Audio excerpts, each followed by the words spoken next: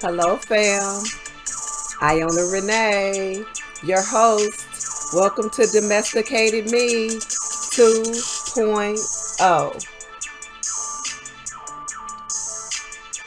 Encouraging words, energy, love, positivity, perceptions.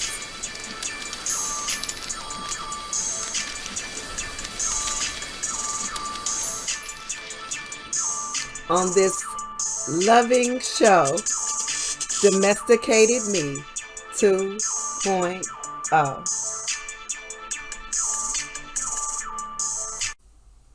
Hey fam, Iona Renee here, Domesticated Me 2.0.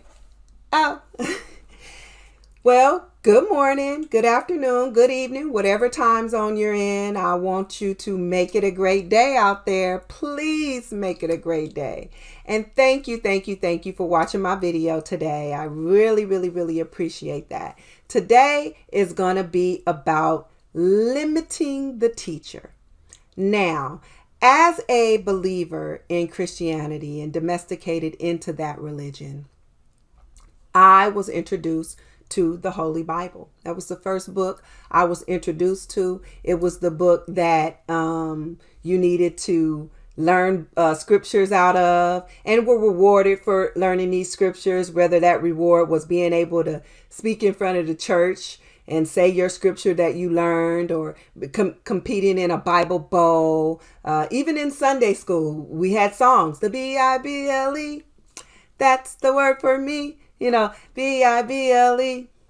that's the book for me. So you got so indoctrinated in knowing this book and learning this book. And you pass it along. I pass it along to my kids. Hey, you got to learn these scriptures. What's your favorite scripture? Why is it your favorite scripture? So you go through those things with the how you're introduced to it. So the Bible, the Holy Bible, number one book in my life, always will be, because I know that there are things in the book that's applicable to my life. Everything in the book is applicable to my life. Whether it's applicable in my joy or applicable in my sadness, or applicable in my anger, my disappointment, whatever, I know I can go to the Holy Bible and there's a scripture there that is applicable to my life. And so I use that book in order to guide me. Now, my mom was a reader. My mom loved reading, and she gave us reading. She gave us reading in a multitude of things, from romance novels to, novels for children, like Nancy Drew mysteries and things like that. If I brought that Scholastic thing home, I could get any book I wanted because my mom wanted me to read. My mom had encyclopedias that we can always be able to do research or what have you off of. My mom was one of them moms where you say, Mom, how do you spell this? She say dictionary. Mom, how do you spell that? Dictionary. That was her word for any time you asked her how to spell something. She said dictionary. And if you were in a book and you didn't know what a word meant, she would say dictionary. If you come to her and say, Mom, what does this word mean? Dictionary. So those of you that grew up like me, you understand. If you grew up with a reader, they didn't want to tell you, they wanted you to find that for yourself. So you would search and then you would find it. You would find it in the dictionary, or you would be able to go to the encyclopedia and find out what it meant, because they pushed you towards that. Now, I'm here today to talk about not limiting yourself. Not limiting yourself to your own interpretations that you've received over the years, your own thought process, your own cultures, the way you believe it should be. There is something spiritual for us in the world. There's something spiritual for us in the world. Everyone in the world is connected. There's something spiritual for us from different writers. There's something spiritual for us for different other holy Bibles, the Quran, the Tao, Though there's something for us in there. God created all. So if God created all, you best believe me that there is something for us in these different forms. And then they call us and they get to us. Now, I'm going to tell my story about a book that called me, but it took me about 3 years to even get through it. And this is sometimes how it can be difficult for you to say, well, this book, right? So I was told about a book called The New Earth. It's by Eckhart Tolle, by a friend of mine who's a reader.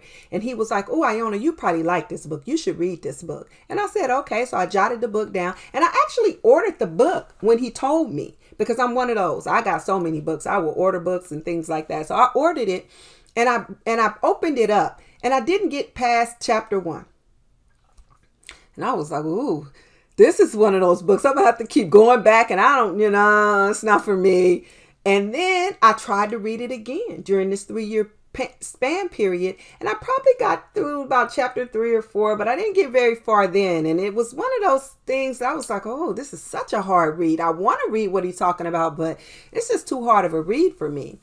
So when I finally did get through the book all the way from cover to cover, this is the amazing synchronicity that happened to me in that. I turned on the TV and the author was on TV. He was on Oprah Winfrey's Sunday Soul. And I don't watch Oprah. If anybody knows, I don't really watch talk shows, so I don't watch that. But when I flipped the channel, he was there. And I said, oh, that's the author. And I clicked on it. And at that very moment, he was saying, a lot of people don't get through this book. And he was talking about the New Earth the first time they try to read it. When it's for them, that's when they'll get through it. And I was like, oh my God, that's me. And I really felt what he was talking about. It's about your ego and things of that. At that time, it was for me. It resonated with me. It helped me understand how, my ego could get in my way. It just was really for me at that time when I read it. So I really was like, okay, the teacher called me and I answered. I actually answered. I was so excited that I was really taught in that way, that at that moment, that no, the years back when it was told to read it, it wasn't for me then, but it was for me at that moment. And at that moment, I really did truly need it. And so that happens to me all the time now, because I find myself falling upon authors that I never knew before, and I'm excited. Now, another author that I read, that I fell in love with, and his interpretation of Jesus and how our imagination and who Jesus really is and how he understood who he was resonated with me when I first began to listen to his lectures, was Neville Goddard. This is one of his books. It's The Complete Reader. I believe I might have showed this on one of my broadcasts before, but this book right here is an amazing interpretation of Jesus. It helps you to understand you more than anything, or that's what it did for me. It helped me to understand who Jesus is in me, the power that is within me. It is the Trinity, and Jesus wasn't blasphemy, and neither will you be if you truly learn who you are. We're all part of the universe. God created us all. There's a spark of him in every last one of us. And this is how I interpret what Neville said. And you can listen to his lectures for free online. And that's a really good thing. And so the other book that I liked was The Moses Code. Now, The Moses Code is another awesome book. Helps you with your meditation, helps you understand the inner you. I really, really, really like this book because it says it's the most it says it's the most powerful manifesting tool in world history.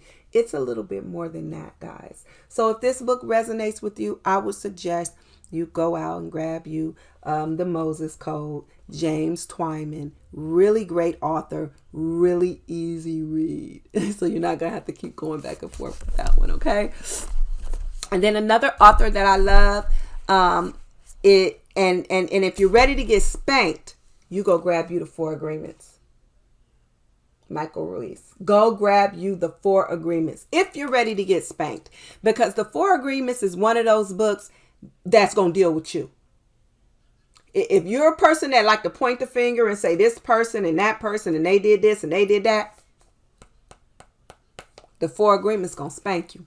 And I say that because I tell my friends like, oh my God, you go get whooped. I got whooped with this. Because it makes you think about who you are, your decisions, what you're allowing, the things that you're doing to yourself, how you're attracting certain things to yourself. And a lot of times we want to say, well, no. Yes.